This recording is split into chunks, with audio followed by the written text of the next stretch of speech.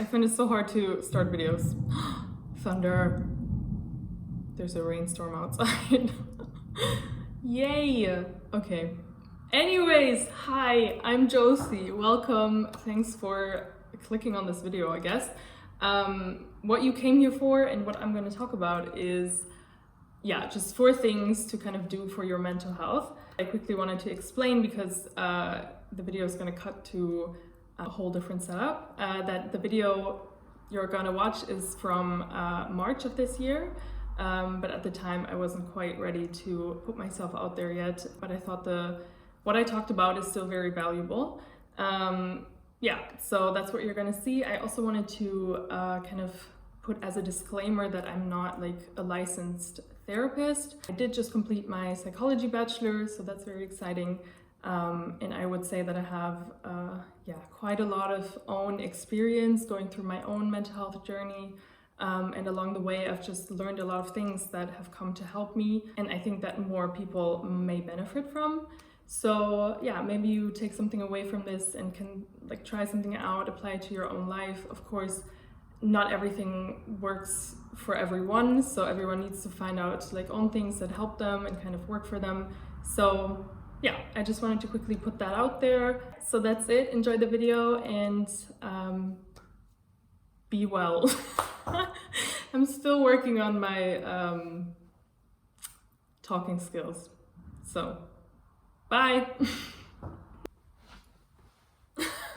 Hello. I thought I'd just take a very quick moment to talk a little bit about the things that keep me sane. Things I do to try to be at like a stable mental health level.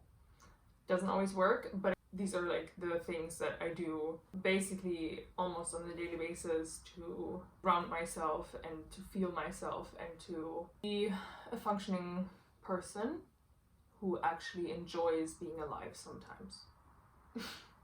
Okay, so the first thing I already talked about in that other weird video I made is exercise. And I know a lot of people don't love to hear that because it's like, oh, exercise, it's so exhausting, you have to make time for it and it's not fun. But I don't know, I disagree with all of those things because I think it's all about finding a type of exercise that really works for you. And it's been proven that exercise is beneficial for your physical health and your mental health at any level. So any kind of movement is already beneficial. So even if you just go for walks or you go to yoga or like literally anything, or like very intense, like go to spinning or like weightlifting, like all of it is fine as long as you do something, like your body wants to move. And what I've found is that when you start embedding exercise in your routine, your body actually starts craving it as well, and it's really rewarding at that point because you're enjoying it. So my tip is find something that you genuinely enjoy doing. And if you try out spinning, for example, and you hate it, find something else. Like, don't force yourself to do that one thing because you think, oh, this is going to burn a lot of calories, or it's like a cool thing to do. Maybe it is, but like find something that is personally good for you. So if that is pole dancing or swimming, I don't know, just random things, just try things out, see what works, and try doing it more often. And I like to do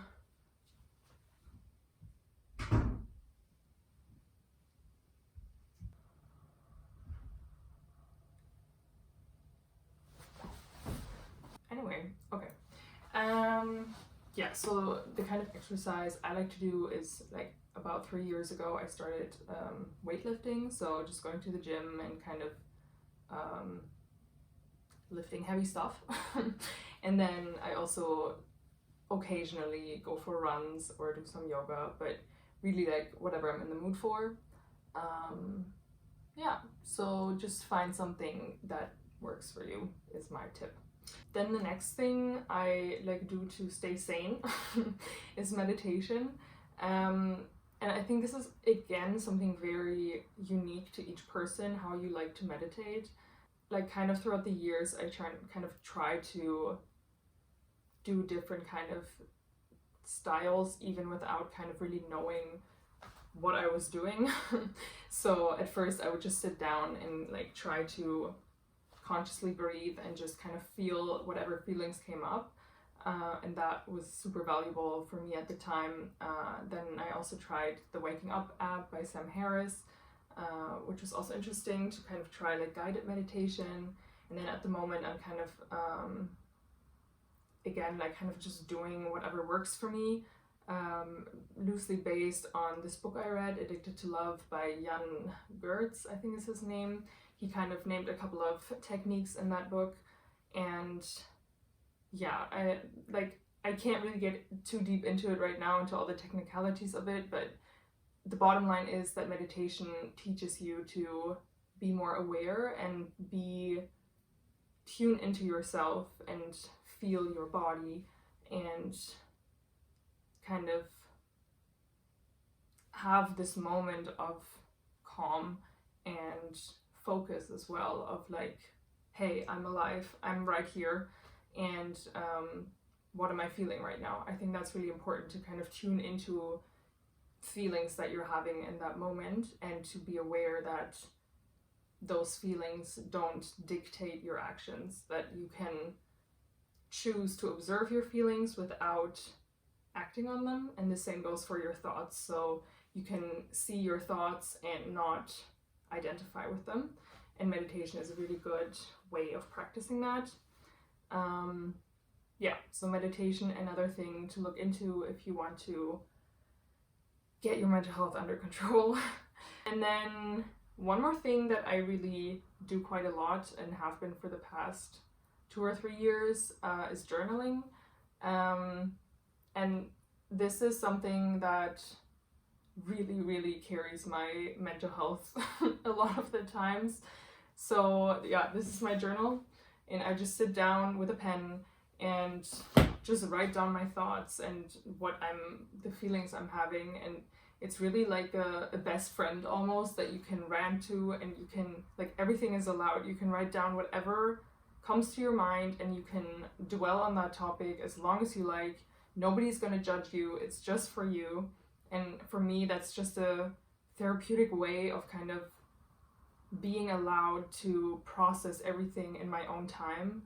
And it's also really, really helpful to go back and kind of see where you have been at a different time of your life.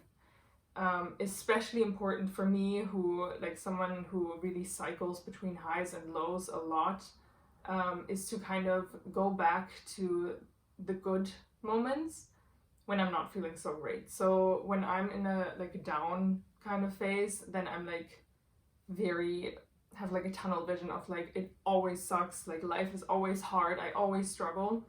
And that's not true. I really have really good days and weeks and stretches of times. And then I like to read about those times from myself. There's proof that I have been good, and it can be very therapeutic as well, in that sense, to be reading from your own perspective about better times. And yeah, for me, it helps me to really come back to myself and kind of see how strong I am and see where I have been and how far I have come. So it's really nice to have physical proof of your progress over time. So that's one benefit, as well as just the process of journaling itself is really, really beneficial in my opinion. And this is also another very personal thing. This might work for me, but not for someone else. So I also have talked to people who are more verbal. So they just like to talk to other people about their things, about their problems, and maybe they cannot sit still to write down in journal. And for that, I would say still maybe try it. It could be still very calming to kind of try to focus your mind like that. But a friend of mine, she would then sometimes record herself just talk to herself, and then listen back to it later maybe, or just sit in front of a mirror and like, again, just talk to yourself. It's a good way of kind of focusing a problem and kind of finding out what exactly is going on in that moment. So that's what I would recommend to someone who's maybe less of a like written person, but regardless, maybe try it out and maybe you'll be surprised. Who knows. The last thing I really quickly wanted to talk about was vitamins. And especially if you're living in a country like the Netherlands, where in the winter months you don't have any sun for like 6 months, look into vitamins. For me, like, I like had a very like strong contrast between how I was doing before and after starting to take a bunch of vitamins. And like, don't just go into the grocery store and like buy all the vitamins you can find. Like what I did as well, like I went to the like GP and asked them to do a blood test to like see if I had any deficiencies. So I think especially if you're having like struggling with your mood and like feeling sad and down a lot, like see if there's any biological reason for that. And I'm still trying to figure out if there is for me, because like it's a bit all over the place sometimes, but vitamins for me helped. Like vitamin D is especially an important one. But yeah, I'm not a medical expert by any means, so like this is something you should talk to your doctor about and kind of figure out if there's something you should be taking. But it can make a big difference, especially in the wintertime, I think. Okay, so I think that was a bit longer than I intended it to be. I just wanted to kind of make a quick kind of overview of the things that are like cornerstones of my mental health. And these are not like do this and you'll be the happiest human alive. It's more of a fundamental thing that maybe you can try out if you're struggling. Everyone is unique. Like something that works for one person will definitely not work for another person. But just maybe take this as a little bit of like a incentive to figure out what you need to do in your life in order to be happy, or not even just happy, but just serene and content. Like that is always what I strive for, like calmness. Because happiness is, or like an elevated, excited feeling, like that is not very sustainable, but a sense of calm and peace is. So I think that's something really good to strive for. And it's really, really worth it to invest in yourself and find out what are the things that can help me have a very strong foundation. And these things just happen to work for me. So yeah, maybe give it a try. And that's all I have to say for now. And that's it.